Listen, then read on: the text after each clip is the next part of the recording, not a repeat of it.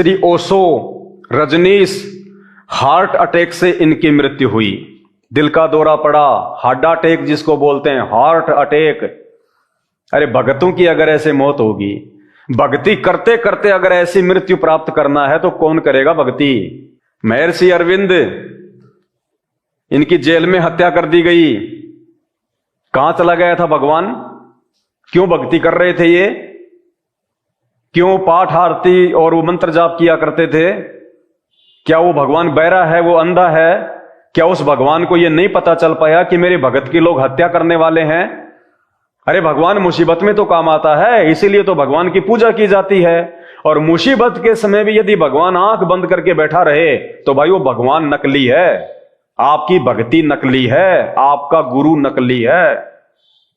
इनकी जेल में हत्या हुई। स्वामी प्रभुपाद, इनको जहर दे के मारा गया। इन्होंने खुद डॉक्टर के सामने अपना बयान दिया, इन्होंने स्वीकार किया कि मुझे जहर दिया गया है। अब इतने बड़े संत की भी अगर जहर से मृत्यु हो रही है तो कहां थे वो भगवान? सो रहे थे क्या जिनकी भक्ति कर रहे थे? लेकिन क्या करें, इनके खुद के भगवान की पैर में जहरीला तीर लगने से मौत हुई। ये जिसकी भक्ति जो है वो किया करते थे श्री कृष्ण जी की, तो श्री कृष्ण जी के तो खुद पैर में जहरीला तीर लगने से मृत्यु हुई थी, तो भगत को कहां से बचा देंगे वो? वीडियो पूरा देखना, समझ में आ जाएगा भक्ति और भगवान के विषय में। और अगर अपना भला चाहते हो ना तो उस परमपिता परमेश्वर की भक्ति करो जो अपने भगत को फूल जितनी चोट भी नहीं लगने देता, फूल जितनी, अगर उसकी मर्यादा में रहोगे तो। और उस पूर्ण परमेश्वर की भक्ति केवल संत रामपाल जी के पास है, धरती में और किसी के पास नहीं है।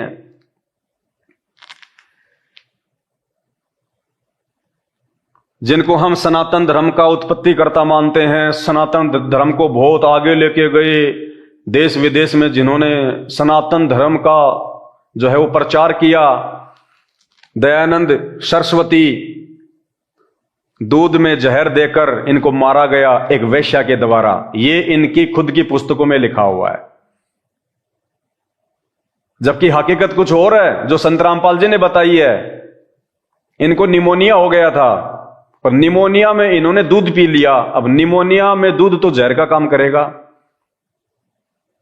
कहने का मतलब है चाहे ये जहर पी के मरे हो, चाहे निमोनिया में दूध पिया हो, इनकी बीमारी से मौत हुई है।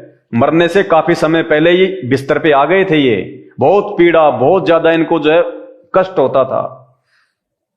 इन्हीं के फॉलोवर्स ने इनकी जीवनी में लिखा हुआ है, ऐसी पीड़ादायक मौत भगवान शायद ही किसी को दे जो पीड़ादायक मौत श्री दयानंद सरस्वती जी को हुई है, जिनको हम चारों वेदों का पूर्ण ज्ञाता माना करते थे कि इनसे ज्यादा तो किसी को सनातन का ज्ञान ही नहीं है। और जब इनकी भी ऐसी दुर्गति से मौत हुई तो आजकल के सनातनियों का क्या हाल होगा, जो गाड़ियों की टक्कर लग लग के रोड पे जो है वो खरबूजे की तरह फूट रहे हैं। कौन सी भक्ति है भाई? क्या भगवान है फिर? क्यों की जाती है फिर भक्ति? तो ये भी जो है उस परमात्मा के संपर्क में नहीं थे।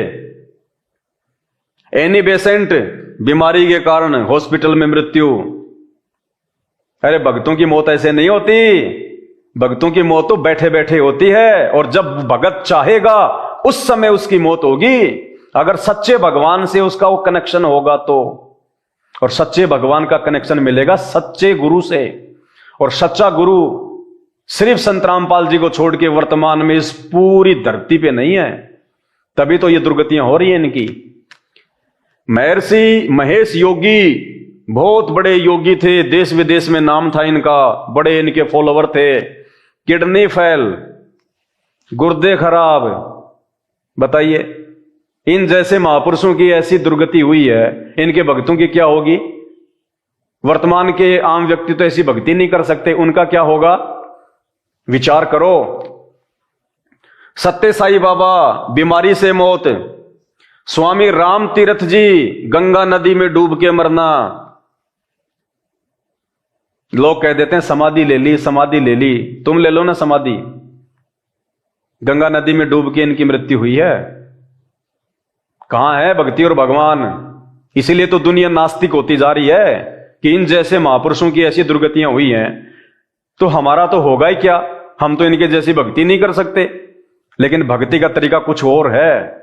आप अपने घर में रह के कर सकते हैं, अपने बच्चों के साथ में कर सकते हैं, अपना काम धंधा करते करते आप जी वो भक्ति बड़ी आसानी से जो है वो कर सकते हैं। जो भक्ति संत रामपाल जी ने बताई है इन शास्त्रों से निकाल के, अपनी तरफ से नहीं बताई। इन लोगों की तरह राम राम हरे रामा हरे कृष्णा राधे राधे प्रमाणित मंत्र आपको इन पुस्तकों से दिखाए जाएंगे वो मंत्र, और फिर देखना आप अपने शरीर में सुख और आप अपने घर में सुख।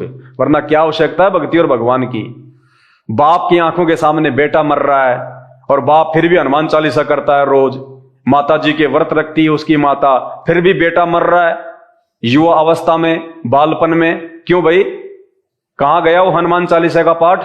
क्या लाभ दिया? आपने व्रत किए, कहां गए वो व्रत? क्या परिणाम मिला? बेटे की मौत।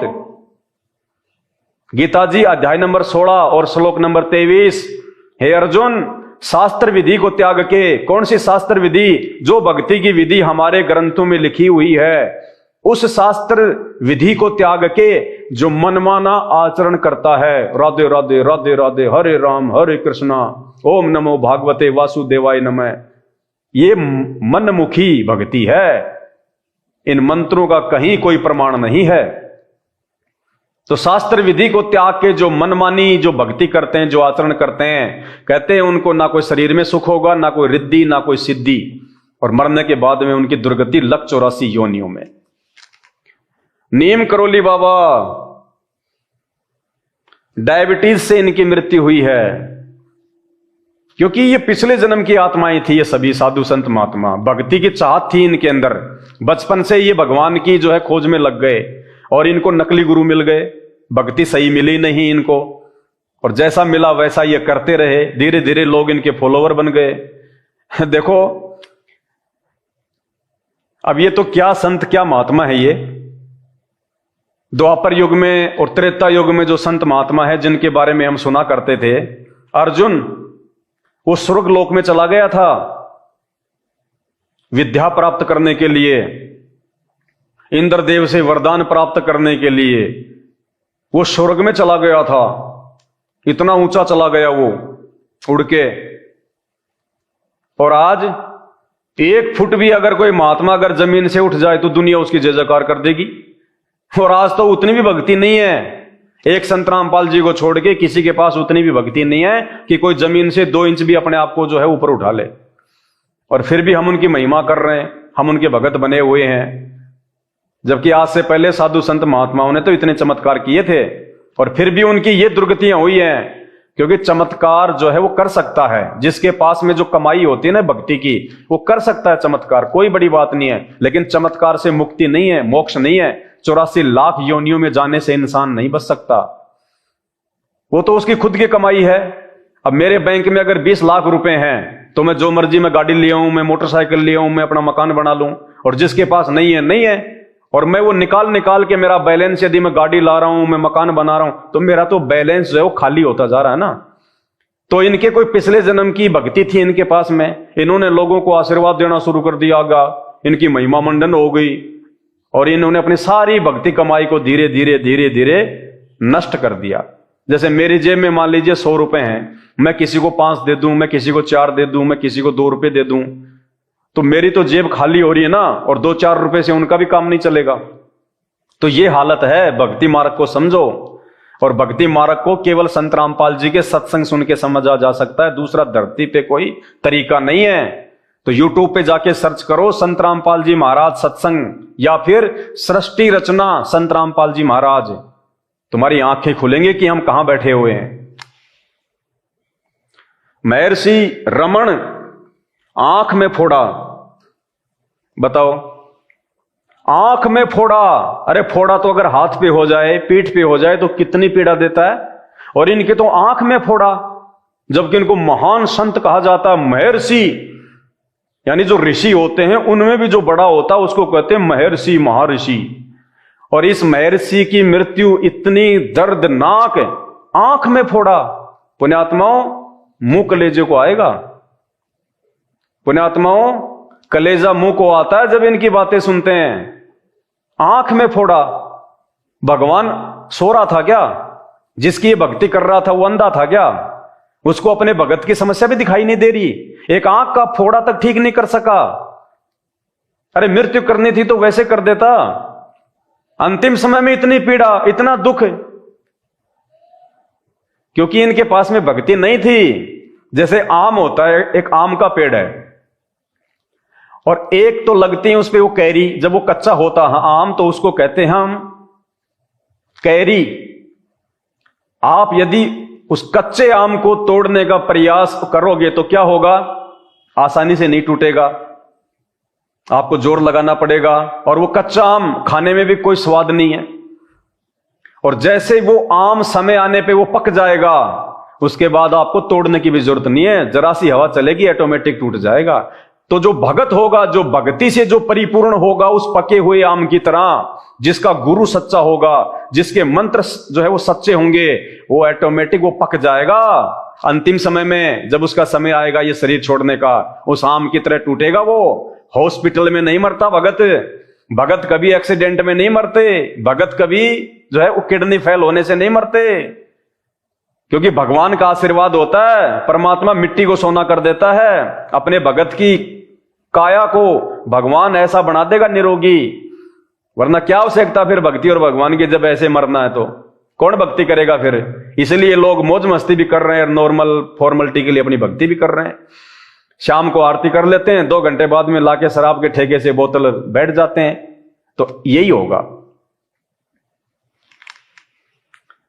ये तरुण सागर जी जैन समाज के बहुत बड़े मुनि, लगभग 2 साल पहले इनकी मृत्यु हुई है। पीलिया से सूख गए थे, बिल्कुल कांटे की तरह हो गए थे सूख के। ऐसी भयंकर बीमारी से और ऐसे जो है वो तड़प तड़प के इनकी मौत हुई है। कहां है भक्ति? चारों धर्मों में सर्वश्रेष्ठ भक्ति केवल संत रामपाल जी के पास में है। अगर मुसलमान भाइयों को भी मोक्ष चाहिए, हिंदुओं को चाहिए, जैनियों को चाहिए, बौद्ध को चाहिए, ईसाई को चाहिए, क्योंकि परमात्मा सबका एक है। हमने अपनी अज्ञानता से उसको बांट रखा है। कोई कहे मारा राम बड़ा, कोई कहे खुदाई रे, कोई कहे ईसा मसीह बड़ा, ये बांटा रहे लगाई रे। अरे एक बाप के 4 बेटे हैं और जब वो पिता शाम को अपने घर पे वापस आता है काम धंधे से, तो उनमें से एक बच्चा तो कहता कि देखो देखो मेरा पापा आ गया, मेरा पापा आ गया। दूसरा कहता नहीं नहीं नहीं, वो तो मेरा डैडी है। तीसरा कहेगा नहीं नहीं, वो तो मेरा पिताजी है। और चौथा कहेगा नहीं, वो तो मेरो बाप है, मेरो बाप है वो एक ही, लेकिन हमने उसको बांट लिया। मुसलमान तो कहते हैं कि हमारा अल्लाह, ईसाई कहते हैं हमारा गॉड, हिंदू कहते हैं हमारा भगवान। बताओ, है वो एक ही। हम उसी के बच्चे हैं सारे, कोई धर्म नहीं है। उसने कोई धर्म नहीं बनाया, कोई जातियां नहीं बनाई। द्वापर से पहले कोई धर्म नहीं था। रामचंद्र जी का क्या धर्म था जरा बता दो? श्री कृष्ण जी का क्या धर्म था जरा बता दो? अगर मुसलमान थे उस समय तो बता दो, श्री कृष्ण जी की सेना में एक भी मुसलमान का नाम बता दो, जो उसका सेनापति हो, उसका कोई सैनिक हो। महाभारत के युद्ध में कोई एक भी कोई मुसलमान का नाम बता दो, बता दीजिए। राम रावण युद्ध हुआ त्रेता युग में, इतनी सेना लेके गए थे रामचंद्र जी, एक भी मुसलमान था क्या उसमें? उसमें कोई जैनी था क्या? उसमें कोई बौद्ध था क्या? ये सारे के सारे जो धर्म हैं ये 3000 साल में आके बने अभी, ये कलयुग स्टार्ट होने के बाद में। क्योंकि जो शैतान है, जो काल है, जिसकी जानकारी आपको संत रामपाल जी के सत्संग सुनने से मिलेगी, उस काल ने हम सबको बांट रखा है आपस में कि इसको उस भगवान की जानकारी ना हो जाए, इसलिए उसने हम सबको बांट दिया। तू मुसलमान, तू हिंदू, तू जैनी, तू बौद्ध। और धर्म ही नहीं, धर्मों में भी फिर उसने जातियां बनवा दी।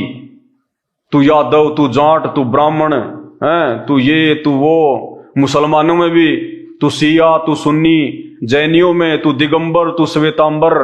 ऐसा बांट दिया हम सबको ताकि हम वर्तमान में भक्ति और भगवान की पहचान ना कर लें। क्योंकि ये जो समय है वर्तमान का, ये भगवान की प्राप्ति का समय है। क्योंकि वर्तमान में वो भगवान खुद धरती पे प्रकट है संत रामपाल जी के रूप में। ये मजाक लगेगा आपको, लेकिन भैया राम और श्री कृष्ण जी भी तो यहां पे एक इंसान बन के आए थे। अरे जिनको हमने भगवान मान लिया वो तो साधु संत भी नहीं थे, वो तो राजा थे, फिर भी हमने उनको भगवान मान लिया।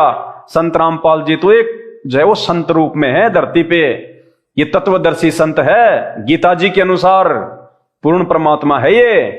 सत्संग सुनो, किसी भी महापुरुष की पहचान उनके विचारों से होती है, उनके ज्ञान से होती है। एक महीने आप उनके YouTube पे सत्संग सुन के देख लीजिएगा, दिन में 1 घंटा समय निकाल के आपकी आंखें खुल जाएंगी कि कैसे हम तो अपना मानव जीवन ही बर्बाद करते जा रहे थे। लेकिन हमारे वीडियो बनाने का केवल उसी समय फायदा है जब आप साथ साथ संत रामपाल जी भगवान के YouTube पे आप उनके सत्संग सुने, या प्रतिदिन साधना टीवी चैनल पे रोजाना 7:30 से 8:30 बजे 1 घंटे संत रामपाल जी का जो है सत्संग आता है, आप उनके जो है वो सत्संग सुनिए। और यदि निष्पक्ष होके धैर्यपूर्वक अपने आत्मा के उद्धार के लिए यदि आप उनके वो सत्संग जो है वो सुनेंगे, और आपके यदि शरीर में, आपके यदि परिवार में कोई भी रोग है, कोई जो है वो कष्ट है, 50% वो रोग, वो कष्ट आपका केवल उनके वो सत्संग सुनने मात्र से दूर हो जाएगा। और बाकी जब जिस दिन आप उनसे नाम ले लोगे, आप उनकी जो है वो शरण में आ जाओगे, आप अपने घर में उनकी वो भक्ति करने लग जाओगे, उस समस्या को, उस संकट को परमात्मा जड़ से समाप्त कर देगा, जड़ से। ये विश्वास है हमारा, क्योंकि हम उनकी शरण में हैं, झूठी महिमा नहीं करते। तो आज के वीडियो में केवल इतना ही। वीडियो को ज्यादा से ज्यादा शेयर करें। बंदी छोड़ सतगुरु रामपाल जी भगवान की जय हो।